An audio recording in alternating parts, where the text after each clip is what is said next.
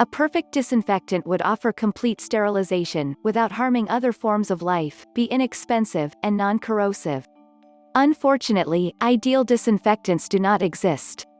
Most disinfectants are also, by their very nature, potentially harmful, even toxic, to humans or animals. They should be treated with appropriate care. Most come with safety instructions printed on the packaging, which should be read in full before using the disinfectant. Most modern household disinfectants contain Bitrex, an exceptionally bitter substance designed to discourage ingestion, as an added safety measure.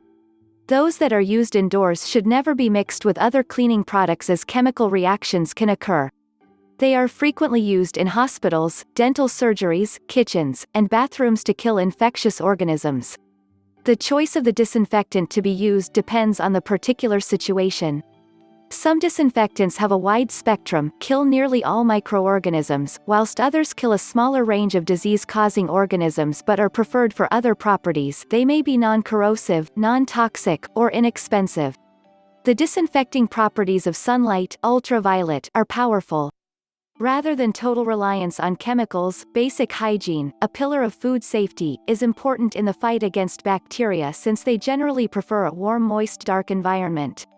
There are arguments for creating or maintaining conditions that are not conducive to bacterial survival and multiplication, rather than attempting to kill them with chemicals. Bacteria have a very rapid multiplication rate, which enables them to evolve rapidly. Should some bacteria survive a chemical attack, they give rise to the next generation. Thus they are able to develop resistance to hostile chemicals.